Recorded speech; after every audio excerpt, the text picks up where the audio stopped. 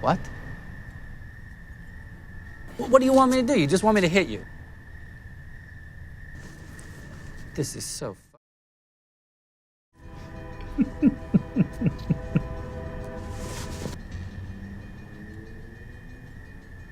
Well, Jesus, I'm sorry. All right, go, go, go, go, go.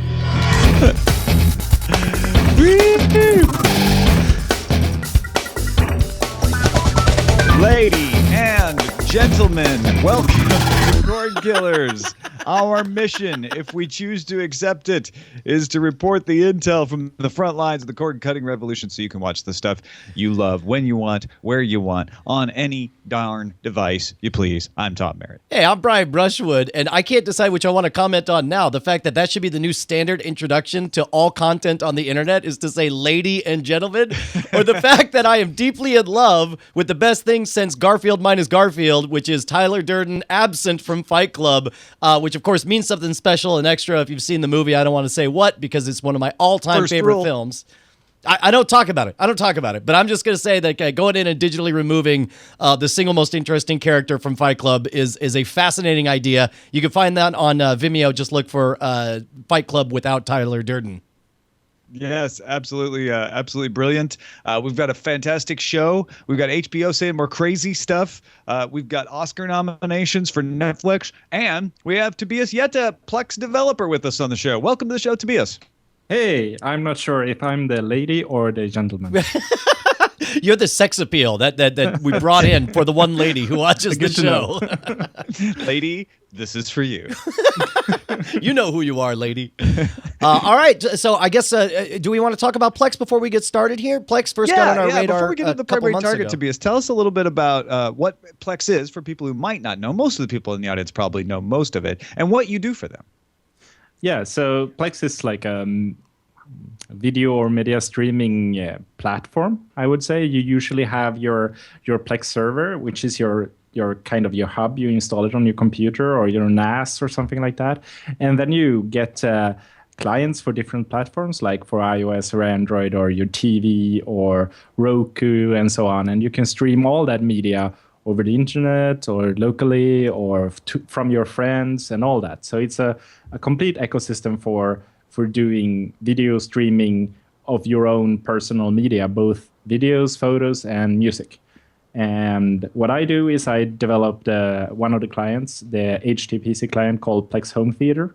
So that's our high-end client with all the hi-fi stuff in it. And that's my primary job. And also working on various things for getting like the Linux NAS distribution up to snuff and so on. So that's my role.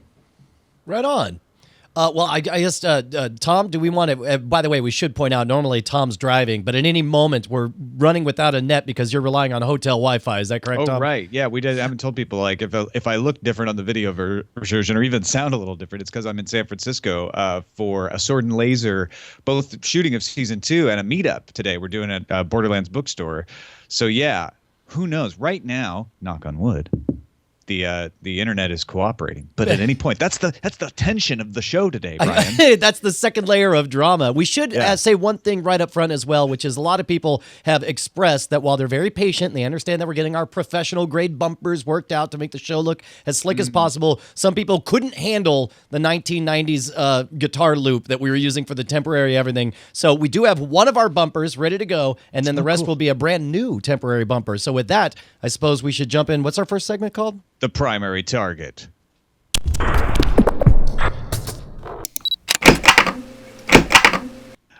Ooh, fancy. Oh, that's the second one. You got excited, Brant. You went ahead and you jumped right into the temporary bumper. That looked pretty good, actually. Our primary target today, and actually Tobias mentioned in the pre-show that he can speak specifically to the Nordic aspect of this story. You'll see why in a second. HBO out saying more crazy things, talking to BuzzFeed, saying, you know what? People share HBO passwords, right? We get this, with family or friends. Richard Plepler, CEO of HBO, says It's not that we're unmindful of it. It just has no impact on the business.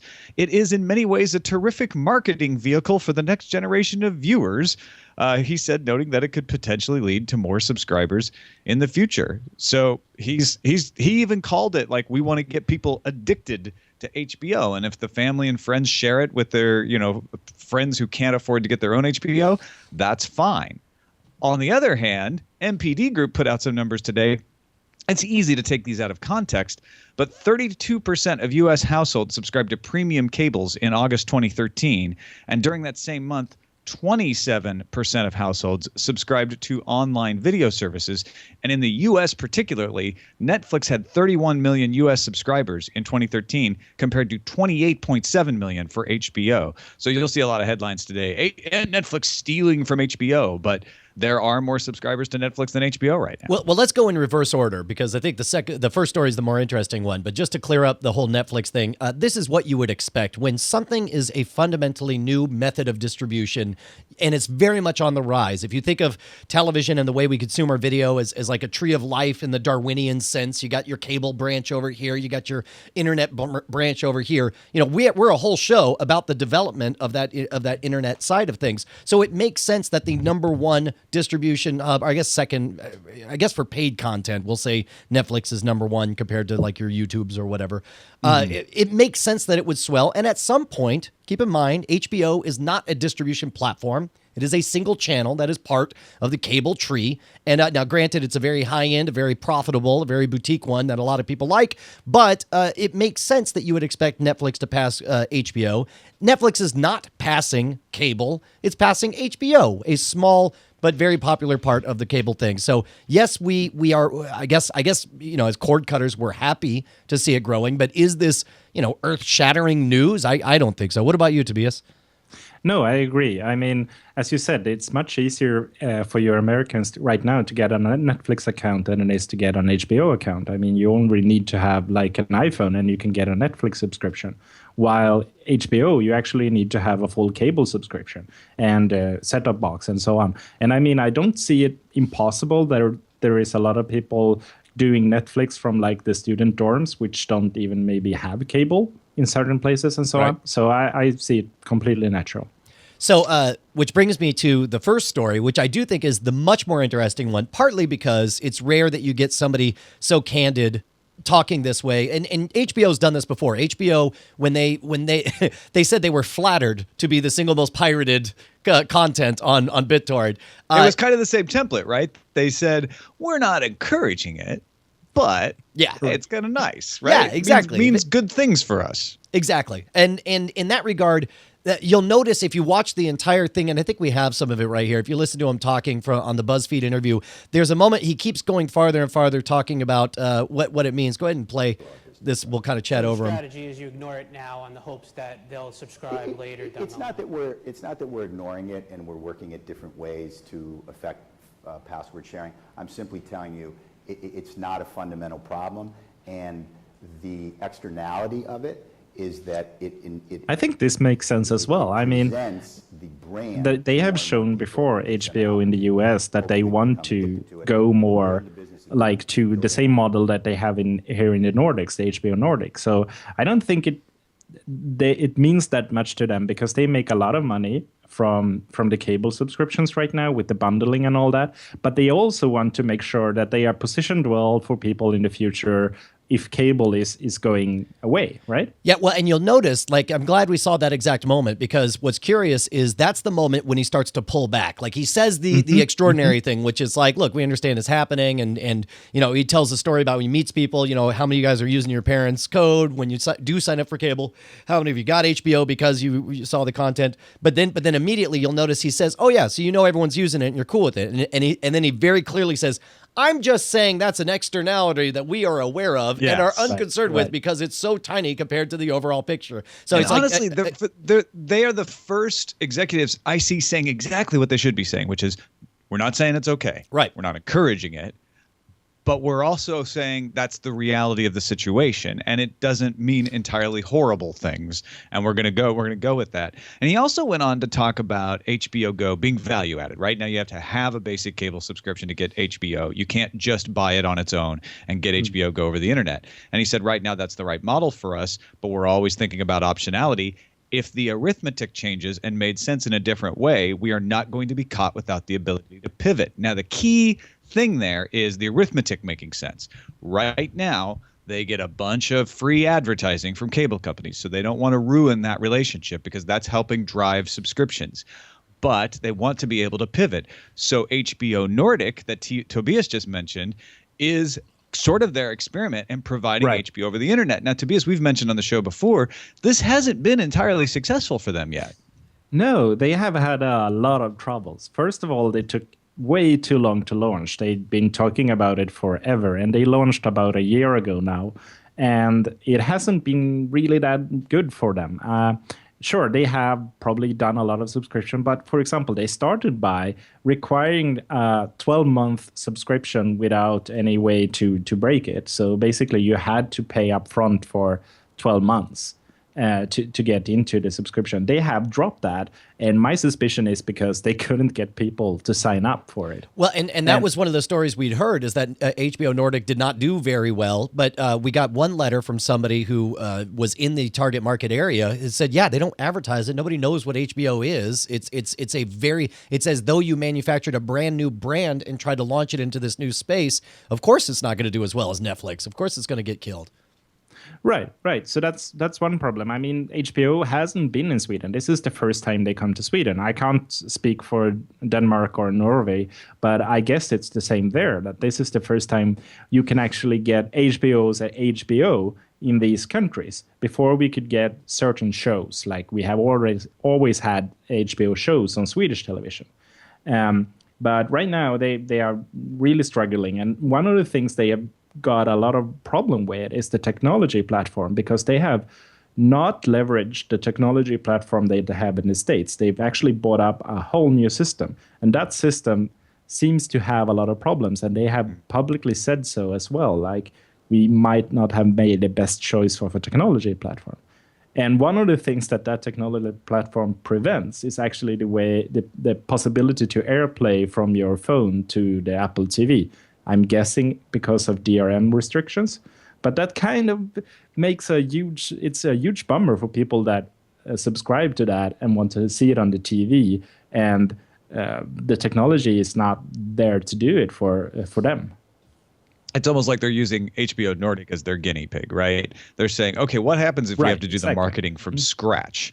And we lose all of that marketing muscle that cable gives us. What happens if we have to really build out the technology platform to handle more than an occasional HBO Go viewer, but become the primary support mechanism for that? They're making all their mistakes on you guys, to be honest.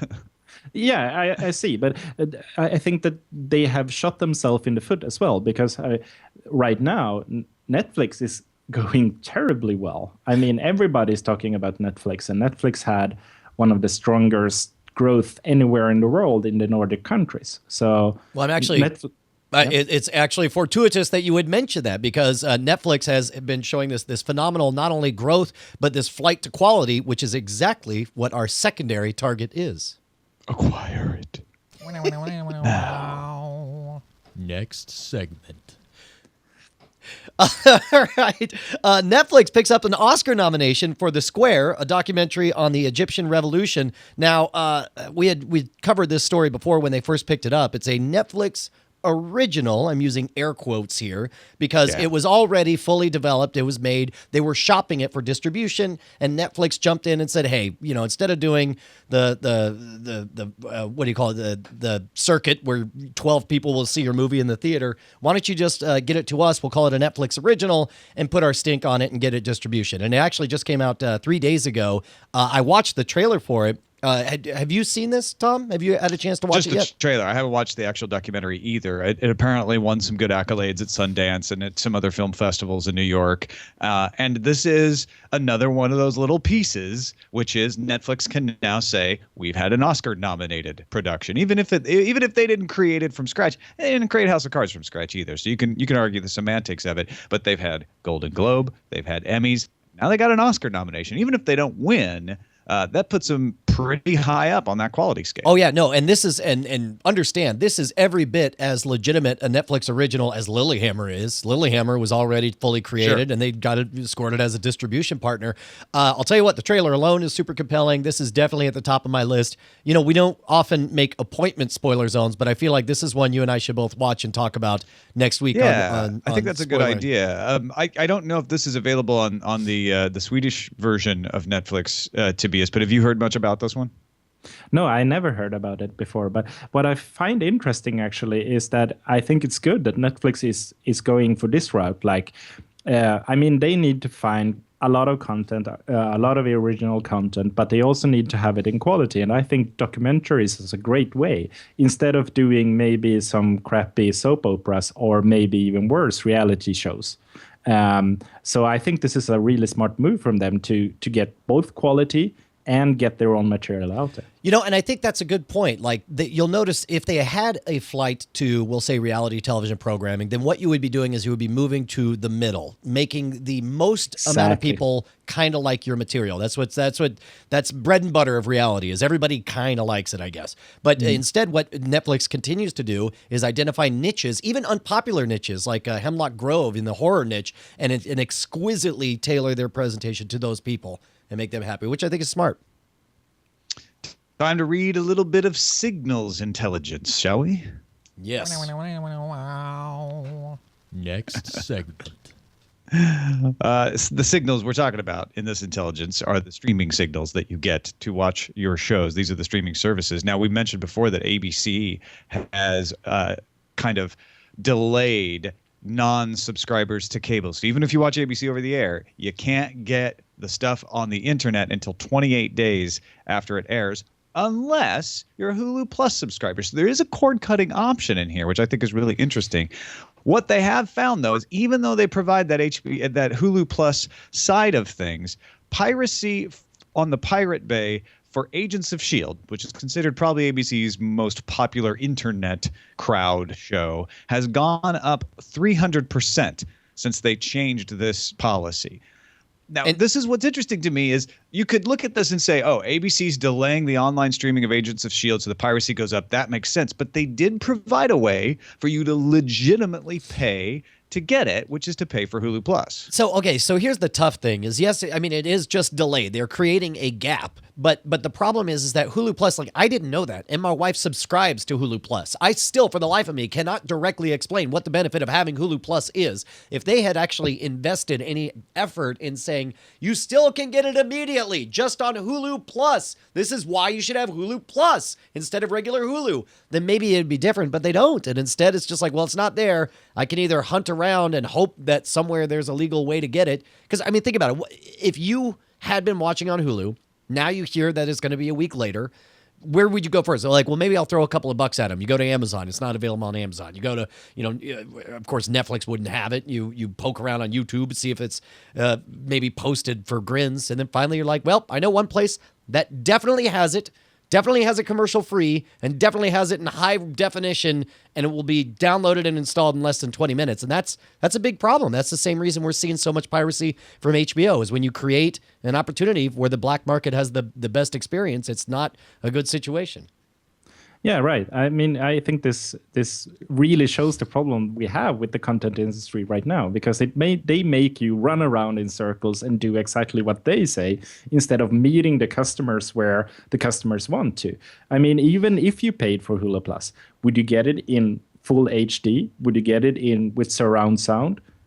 These things matters, especially to geeks on the internet, right? Well, and you certainly don't get a downloadable version. Of course, you didn't before they made the restriction either. I mean, there's a little bit of a shell game going on here in a couple ways. One is, this is one show Right. very shortly after a policy. We'll see if this ends up being true for other shows, whether it ends up being true over the long term. This is a very small sample size to draw a lot of conclusions for. On the other hand, it's also ABC doing a little bit of a shell game. And Brian pointed that out, which is we going to let the Hulu Plus subscribers get it right away instead of delaying, but we're not going to make a big deal about that because what we really want is people to be paying cable because that's where we get our money. So they're that's like part of the hedging problem. their bets, but we don't want to call too much attention to that. It wouldn't surprise me if all of this is at some level part of a game where it's like, and again, Hulu was from an outsider's perspective, looked as though it was built to fail. It was looked from the beginning to be a token effort to try to do what YouTube was already doing, just so they could prove that it doesn't work. And to their surprise, it became incredibly popular. And so now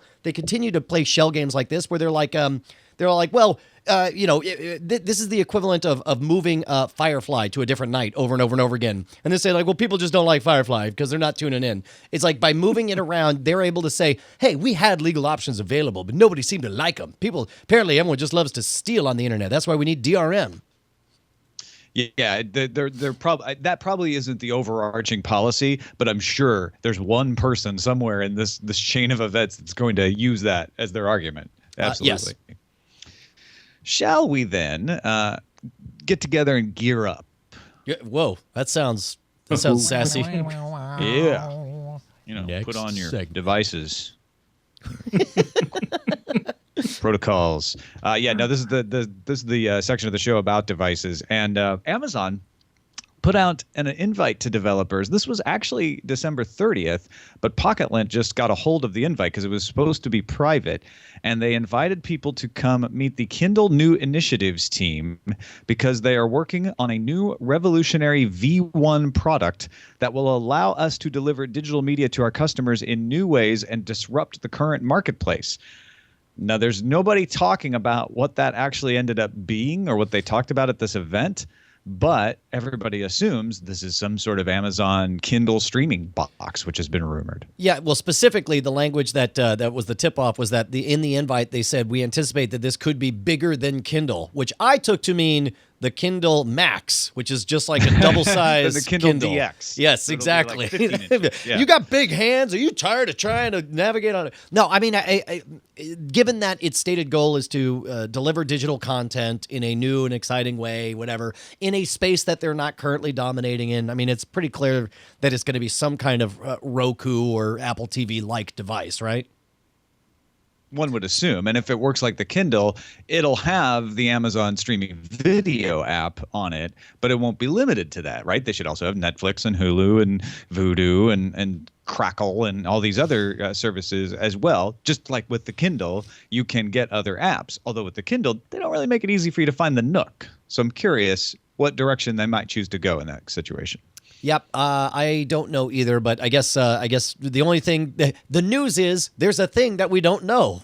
I guess next story. The news is Amazon's obviously working on something for real here, and we think we kind of maybe know what it will sort of be. But the fun part is what would another entry from Amazon look like, and what would we want? Right? If Amazon isn't determined yet on what they're going to do, and not that they're listening to us, but what would we want to tell them? This is what you should do because nobody else is doing it, and it's what we need.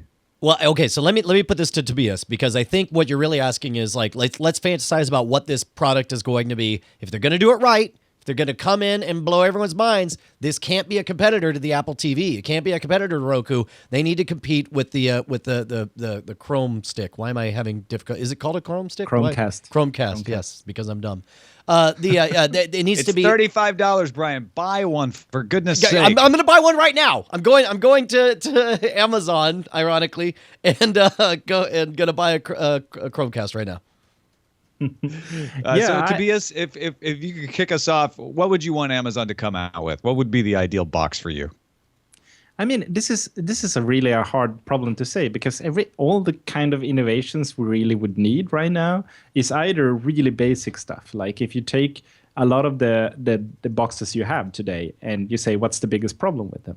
Well, they are slow. The UI is clunky. They definitely don't know how colors and stuff like that puts together into a nice user experience. So that's like, but these are not like revolutionary things. Can they do a good UI, a fast UI? That would be better than 80% of the market, which is kind of sad, right? The second half of it is actually all about the content deals. I mean, to be really innovative today, it's all about the content deals. What can you offer me, right? So, I mean, it's really hard. I mean, Amazon has the muscle to actually do a deal like this. But we have heard the rumors of Apple having problem to sign these kinds of deals. How is Amazon going to do that? Well, I do think Amazon is very well positioned. I think they're under leveraged in this regard. Like they have more brand value, more ability to secure content deals, especially if the Kindle, or as we said with the Kindle Fire, they're open to having Netflix and all these other things. If they can, sort of codify like these are the services that everybody wants, is Vudu, Hulu. I wanted to make more things that rhymed. Netflix and Amazon. Crulu. Yeah, Crulu. But I think this is a good space for them to get into. And yes, Tom, I did just buy a Chromecast. Thank you so much for bullying me. See, now I feel bad. Your birthday was just the other day. I should have bought it for you for your birthday. Your gift to me was that you bullied me into buying it right now. I appreciate it. That was my gift. Such a kind gift. It was.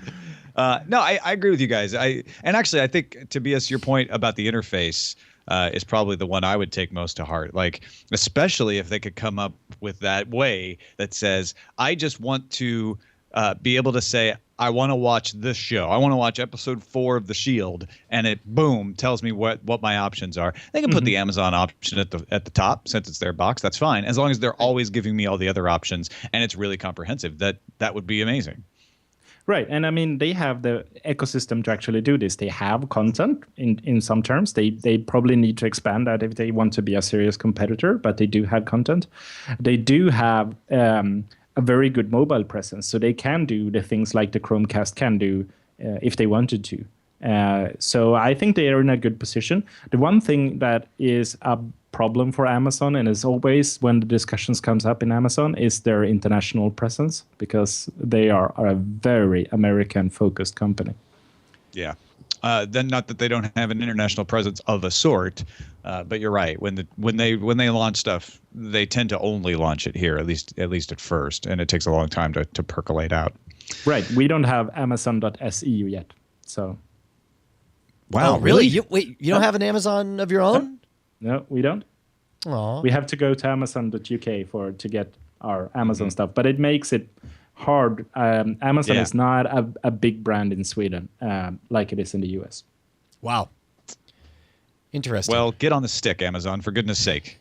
You're probably not even available in Brazil, hey, where the Amazon is. Since, Tom, before we go into under surveillance, since we have a block here for an ad, can we take just a moment to thank everybody who's making this show possible? This experiment has been such a blast, and I just want to thank, number one, everyone who is donating over at patreon.com/Cordkillers.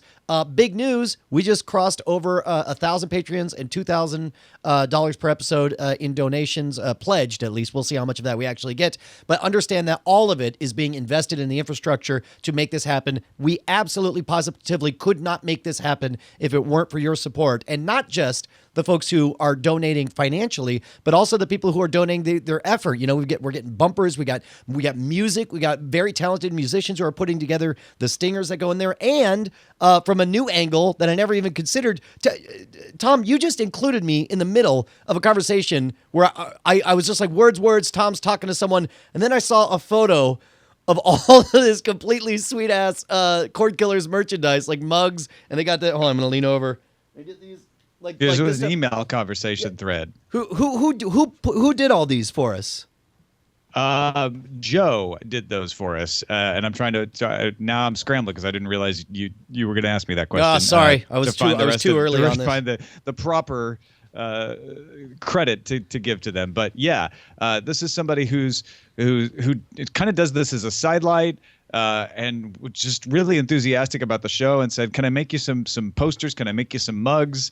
He made some mugs for Daily Tech News Show as well that arrived while I've been up here, so I haven't had a chance to go pick them up yet. Oh, so you haven't even seen all this stuff yet? No, dude, I haven't. This stuff showed Yeah. up and it was like Christmas. I can't thank you enough. That's T-Joe and Linda. There are T-Joes in the chat right now. Thank you so much, T-Joe. Sorry that I came in sideways and didn't know how to thank you properly, but understand enthusiasm and excitement is at 12. And in fact, like Brant and Zach have already nicked the first two mugs, so I claim this one with the Cut or Die logo while I still could. Okay, that's amazing.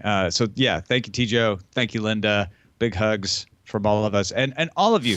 Whether you're given $1 or more on Patreon or nothing, if you're just telling people about the show, anything you're doing to promote the show is amazing to us. And you know what? Even if you're like, you know what, I'm just sitting back and enjoying the show. Well, that's why we do it. We want people to enjoy the show. So thank you too for just paying any attention to us at all. Let's move on to Under Surveillance. Next segment.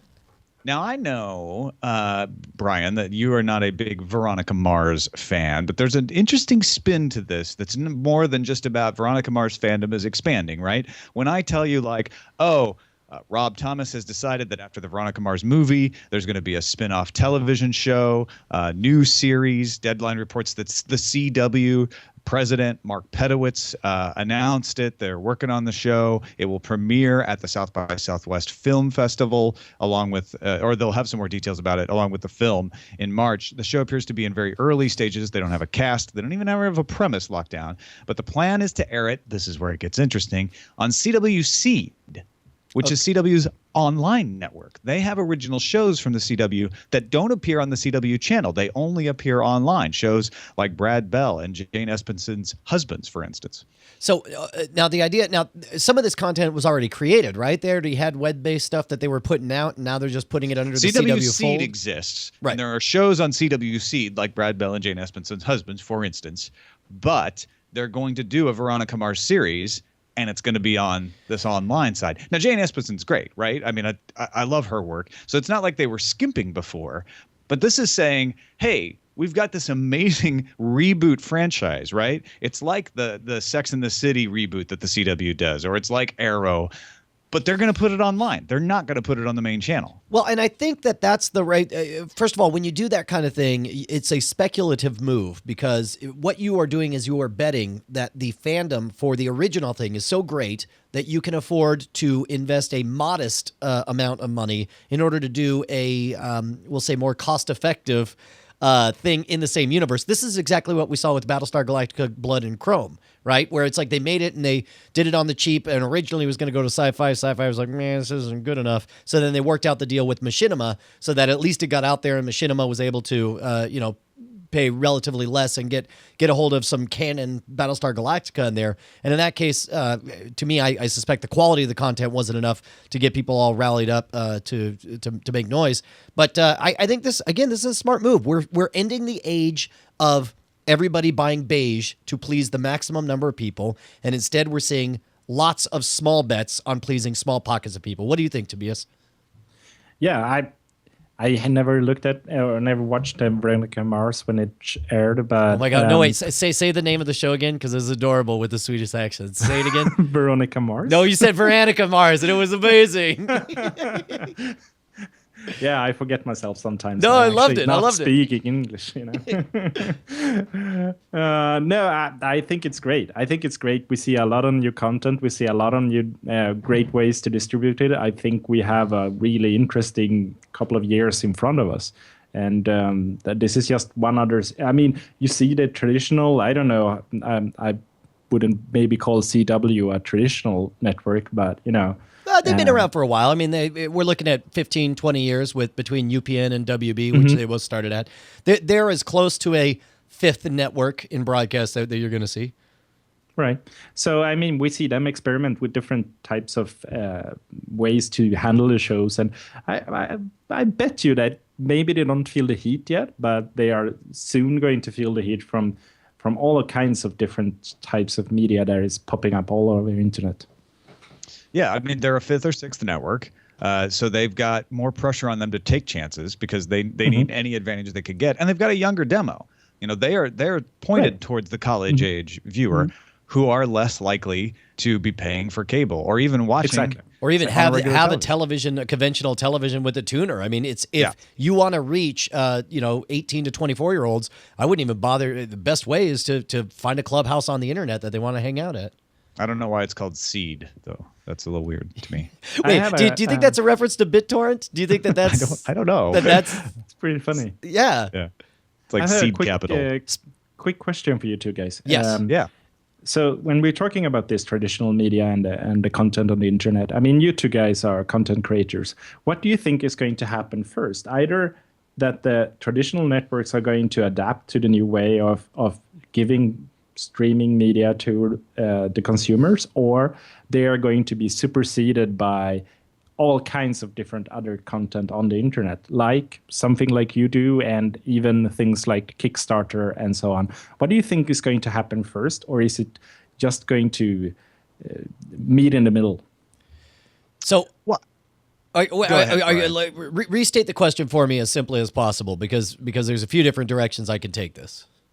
Yeah, okay. So what I'm after is if you think that they have a chance to adapt to this, or if they already lost it, and what? Yeah. So that's Okay. kind No. of the Okay. question. The answer is, and keep in mind, I'm not somebody who watches Veronica Mars, and I don't know what the final product was going to be. The final product really matters on this kind of thing. But looking from the outside, if I was going to bet $100, I would say that it is the right impulse. It is the wrong product, because Veronica Mars is an older property. And yes, we saw a resurgence for the Kickstarter, but that was a promise for a feature film starring the main star. When the promise is a spin-off, with which we can all assume would involve secondary characters, it would be the same as if imagine if Breaking Bad was 10 years old and you were being promised a web series about Badger and Pete, whether or not that would thrive and survive on its own. Sure. And it might, if it was clever enough and well written enough, then it didn't matter how cheap it is or how tertiary the characters were to the story. So, but in this case, and again, I don't know, I'm not watching Veronica Mars, I don't have that fire in me. I would guess that this won't be it, and it'll be something closer to right when the starburst of excitement is happening. I think this one's just a little too far after the fact. I took your question to be broader than just this particular instance. But that was a good answer as well. I think that product do matter. And right? so I was thinking more along the lines of not will Veronica Mars be or not be a good example. Although I think Brian's nuts. I think it's going to be a really good example. But I think that the meet in the middle option that you gave is almost always the one that happens, right? You don't see all the retailers go out of business because pets.com rises, right? But you also still see Amazon and eBay come out of the retail in the first .com boom. And we've seen the same thing where, like, yes, we have new music services and we have old music services, and some of them are still around. Now, there are examples of roadkill along the way, like video rental stores, which their days are numbered. Sad. I mean, I have some great favorite video rental stores that I do not want to see go away, but that's just, you don't need that model anymore. So I don't think this is an example of a video rental store. I think it's more akin to retail. And so I think, yes, you'll see some of the networks making a good transition to this and sort of meet in the middle, while other networks will be too slow. CBS is the risky one, right? They're doing great in the ratings because they're targeting that really older demo. But once that demo gets too old, where will they go? They've got to have something else. Guess what they have? The CW. That's what CBS owns. Exactly. So, they're hedging their bets there. It really is. It's like CBS is doubling down. It's like they're the Sears of video content, where it's like, we know exactly what people want. They want to come in and look at lawnmowers and have someone explain which one's the best, and we're not gonna change. Oh crap, we're going out of business soon. Well, it's like if Sears owned Gilt or fab.com or one of these like hot online fashion retailers, but they're still over there selling clothes to the old fashioned shopper as well, knowing that that brand might eventually decline, but they've got this other hotness over here to learn from. Yeah, no, I could totally see that.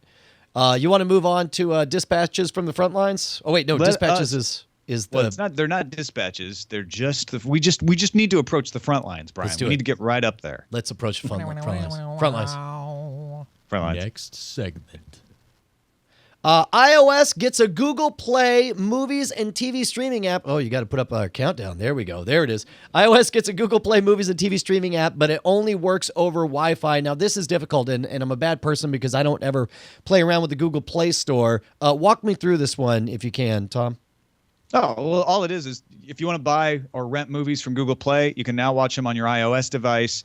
You can't use data to watch them. You have to be on Wi-Fi if you want to download stuff. You also can't do in-app purchases because Google doesn't want to give Apple a cut. Okay, which brings up a good point because I had been using, I have unlimited on my iPhone. And so like I'm able to watch Netflix all the time, but then there was something I wanted to show the kids. And so I went to Amazon and bought it and it says, sorry, bro, you're not on Wi-Fi. You can't use it. Is that some like internal politicking? Like what does it take for iOS to favor one with being allowed to download over data? The carriers. You have to get the carriers to sign off. All right. Tobias, are you excited about Google Play on iOS?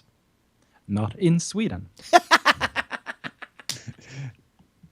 On the funny thing happened on the way to the Supreme Court to Aereo. They launched in Cincinnati. At least that's going to be the story after tomorrow. This is going to be their 11th city, along with New York City, Boston, Atlanta, Miami, Salt Lake City, Houston, Dallas, Detroit, Denver, and Baltimore. Aereo is the service, of course, that lets you see over-the-air broadcasts on the internet by renting you a micro antenna. So in this case, there's two reasons. Obviously, they want to move as fast as possible to cover as much of the territory as they can and make as much money as they can. But I wonder if part of the motivation is so that they can show what the actual impact is on people for having Aereo in various spots. Now, in Sweden, watching the Aereo thing, does it look ridiculous to you, or does this look like a good way to do the service? No, it looks super ridiculous. Sorry, guys.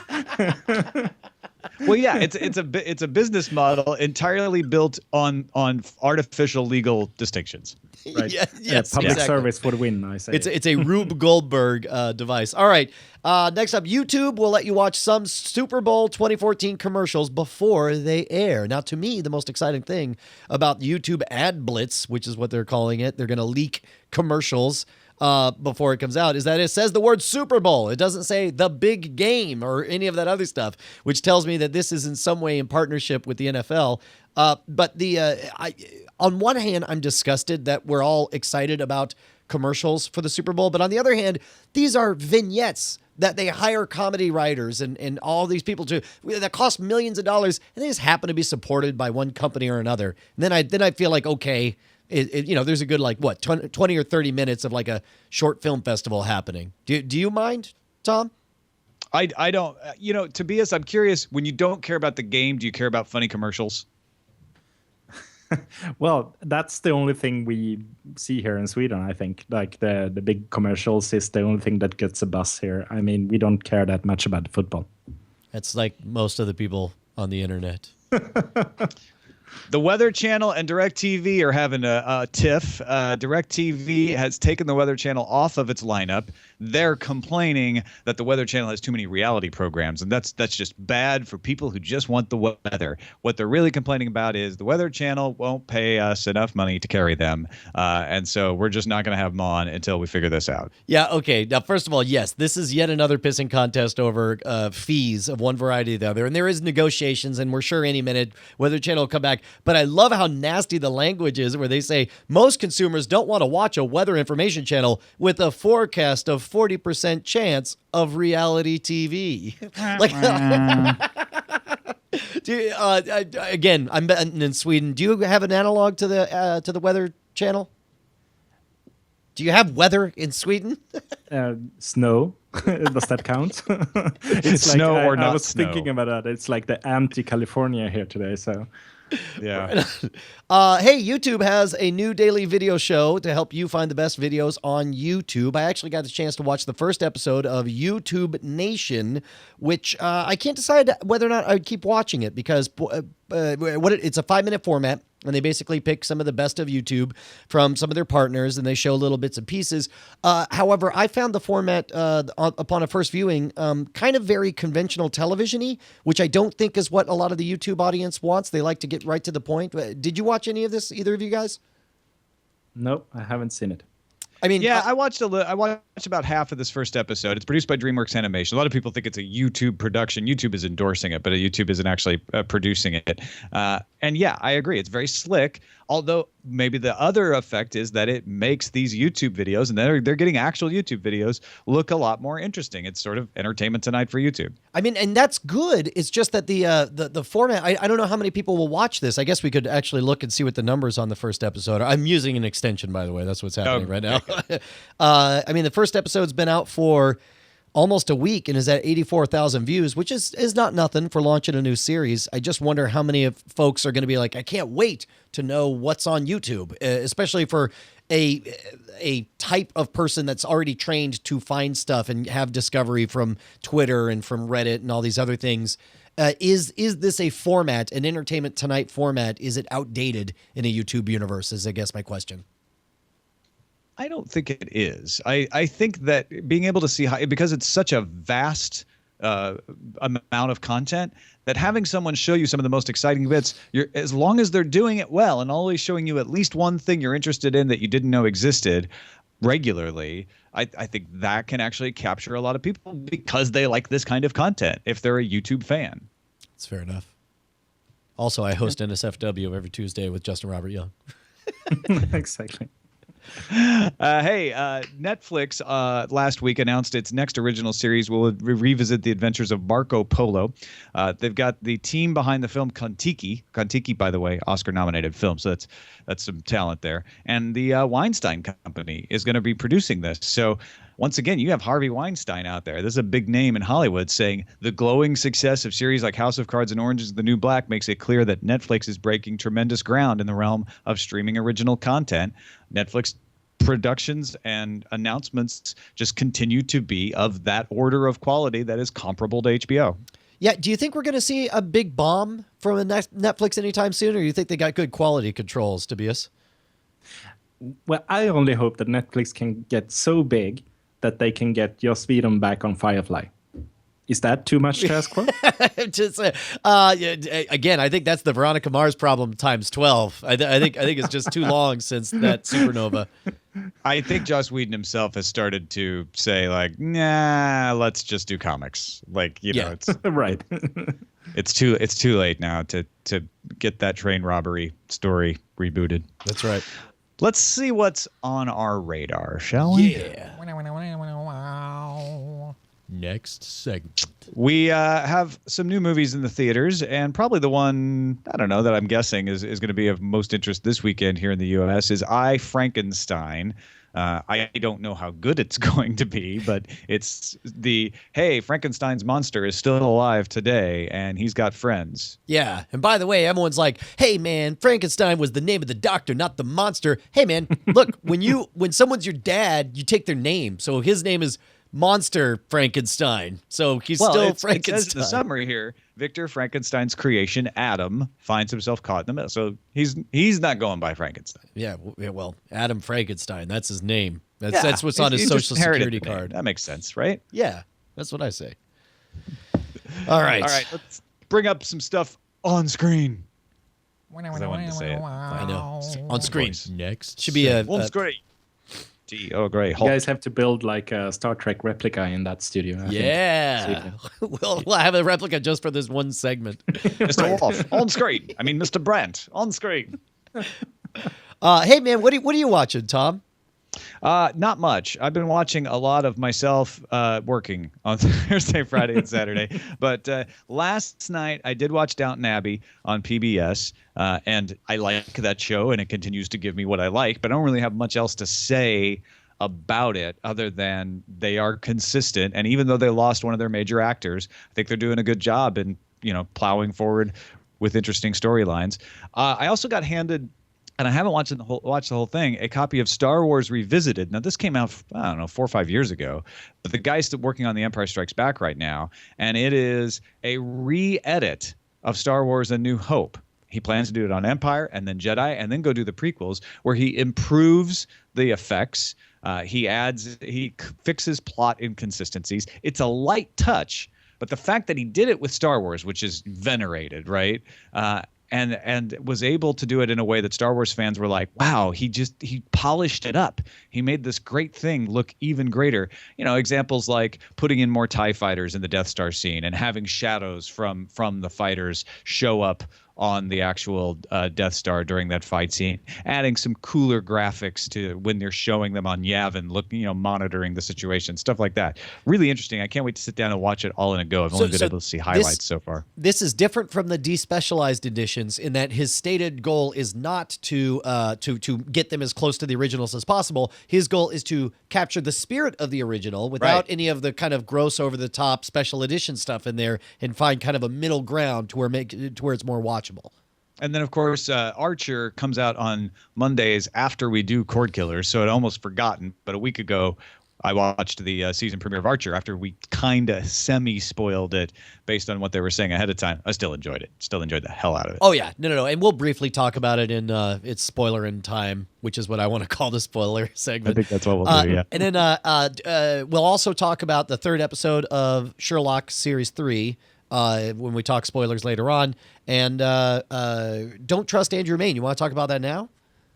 Yeah.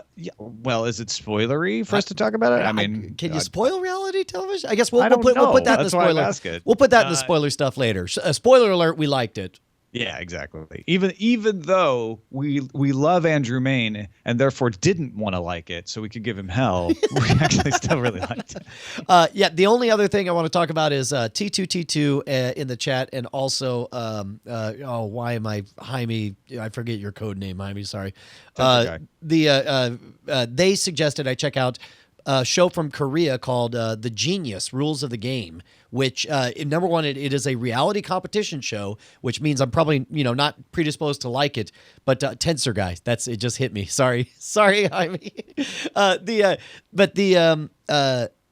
format is it's all like logic, game theory games, where it's all about like, well, if I'm going to do this and you're going to do that, you're going to do the other thing. They grab a bunch of people from different disciplines and they throw them in. They're all experts in different fields, and then they have them play a very simple game that in the moment looks ridiculously simple. Like the first game was, you got 9 cards. 3 of them are 1s, 3 of them are 2s, 3 of them are 3s. You can play against whoever you want, as many times as you want. All of you guys have to go up and play against the dealer, and it's basically you're playing war, right? And so whoever gets the most points, you have immunity, and you could designate one other person to have immunity, and you could send people to the deathmatch challenge or whatever. And very quickly they realize, they're like, you got an hour to talk about it, and then we're going to start playing. And then very quickly they realize that one of the rules is if you're stuck with a card, you automatically get 0 points and you're the loser. So all of this game on the surface is about winning a game of war, but really it's about not getting stuck with the last card. And so you immediately see betrayals or whatever. It's all in Korean with English subtitles. I'm sure you can find it in a number of places. They're already doing a second season of it, but I was surprised at how quickly I got sucked into it. And then the only other thing is somebody sent in an email telling me to tell you, Tom, that this is what you're in for on The Shield, according to the IMDb database. That just beware the 4th season is apparently I see that. all I can say on those rankings. That's a drop off of ratings. Is that what that is? Yeah, or well, just like how those episodes are rated. I don't Star remember the 4th reviews, season okay. being bad. I guess after the 3rd season is extraordinary, which I suspect that the pulling back from that is part of why it went down. What about you, Tobias? Yeah, so I watched the 2 first episodes of Sci-Fi's new series Helix. I don't know if you heard anything about that, but yeah, I've heard a lot, but I haven't watched it yet. I've been holding off. Yeah, it's like crossing a couple of episodes of X-Files together with Lost or something like that. You follow these scientists that are trying to uncover this virus strain, and they do it by feeding more and more information about their backstory and their lives. So it seems pretty good. I'm probably going to stick with it a few more episodes and see if it continues up building like that. I thought it was pretty good, even though the chat room seems to didn't like it. Well, yeah, the chat room, of course, meaning one person disagrees with you and didn't like it. But I'll tell you what, Ronald D. Moore definitely has enough credit in my book that I'm gonna, definitely give it a chance. I loved, for all of its troubles, the Battlestar Galactica right up to the end. Right, and then I'm. Are you watching Orphan Black, or you're just excited for the return that's coming up? Oh, I'm so excited for the return. So that's it. The first season was fantastic, and it's one of the greatest shows I've seen the last few years in terms of performance on a TV series. Tatiana, which plays the main character, is so great. So I'm really looking forward to that. And then, of course, the new season of Mythbusters started just a few weeks ago, and you can't go out without watching Mythbusters, right? I'll tell you what, man, those guys have continued to put out great content that has evolved. You know, it's gone to different places, but it's always been about the relationships or the characters and their excitement and their enthusiasm for what they're doing, and they're still killing it after a decade. I don't know if you saw the last episode, but it could be one of the best episodes they ever done. Oh my gosh. Okay. No, I haven't. I'll have to check that out. Yeah, they drive a truck right through like 10 stationary cars. And yeah, Adam's glee after he finished that run, it's worth the whole show. Awesome. That's Excellent. awesome. All right, let's finish up with some dispatches from the front. Different from the front lines, Next segment. obviously.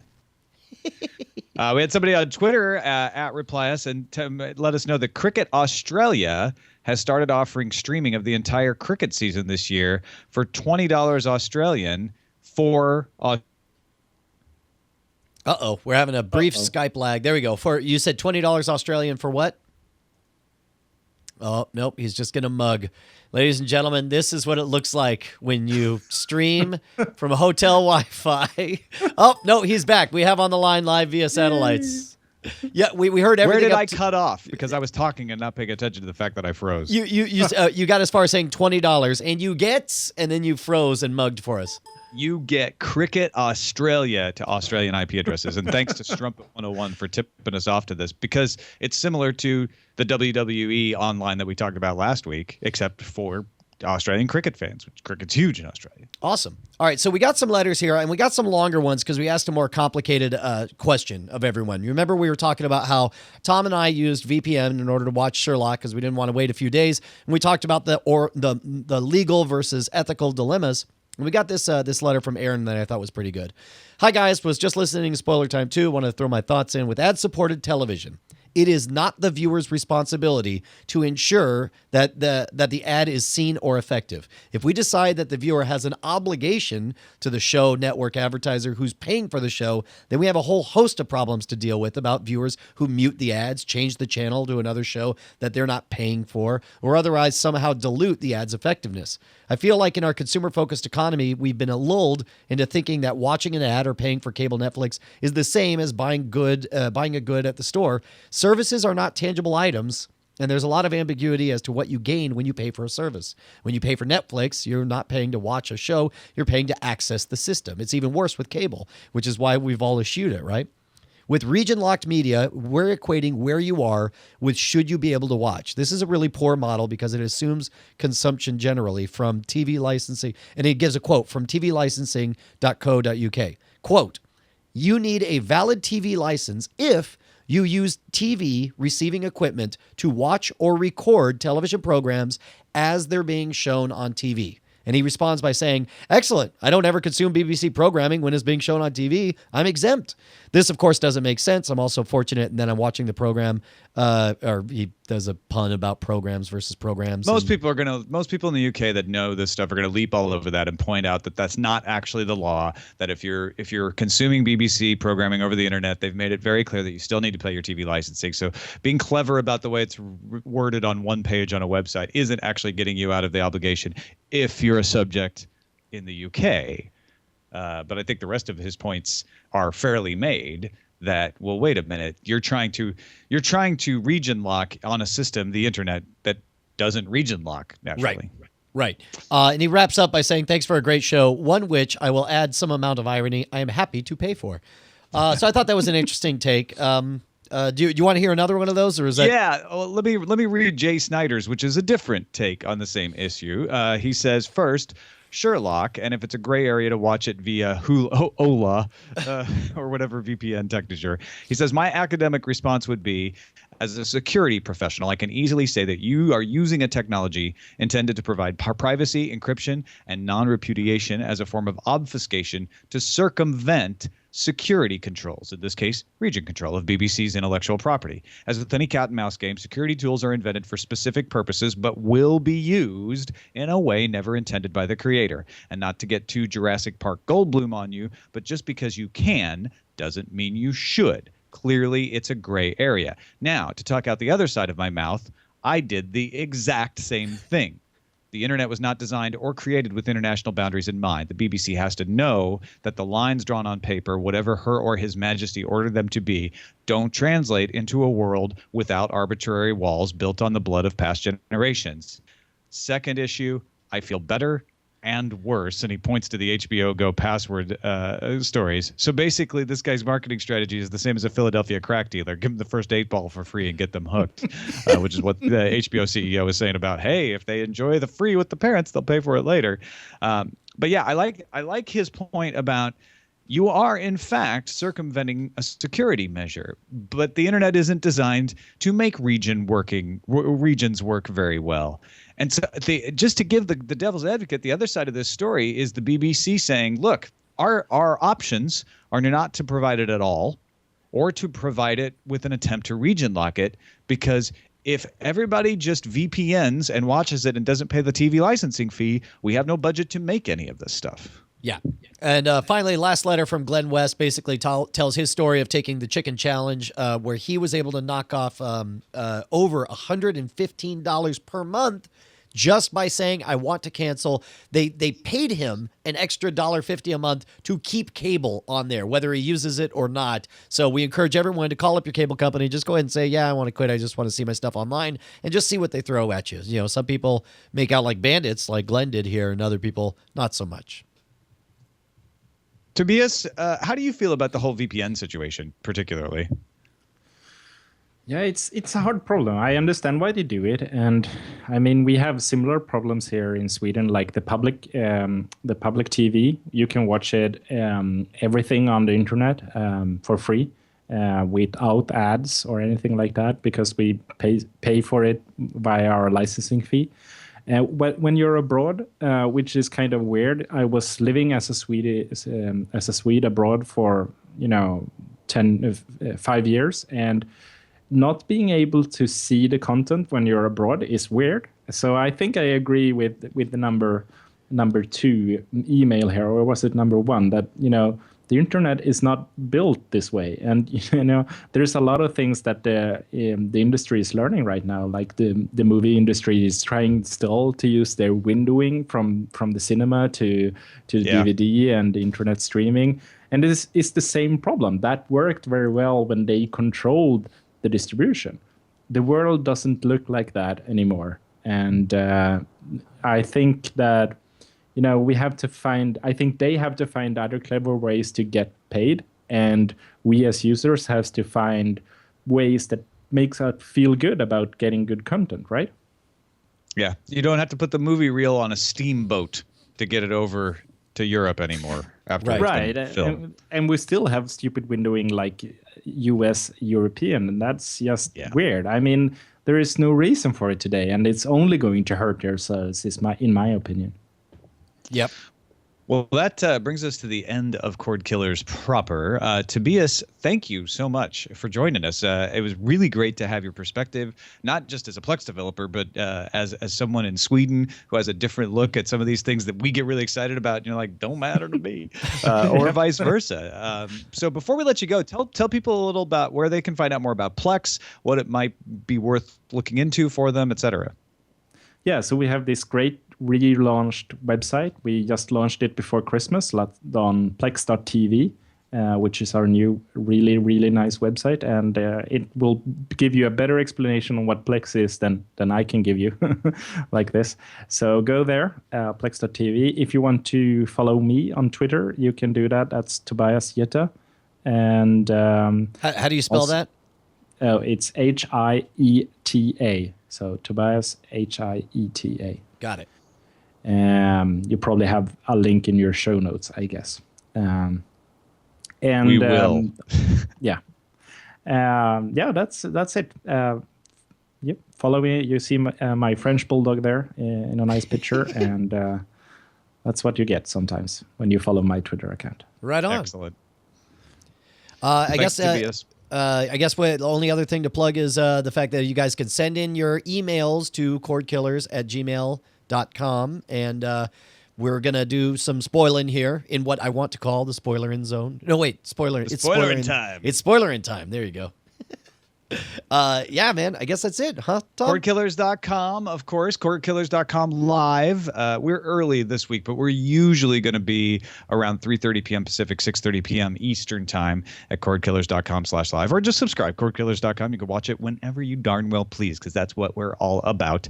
And big thank you to everyone who has backed us on Patreon. Just go to patreon.com and search Cordkillers if you want more information about that. We'll see you next time.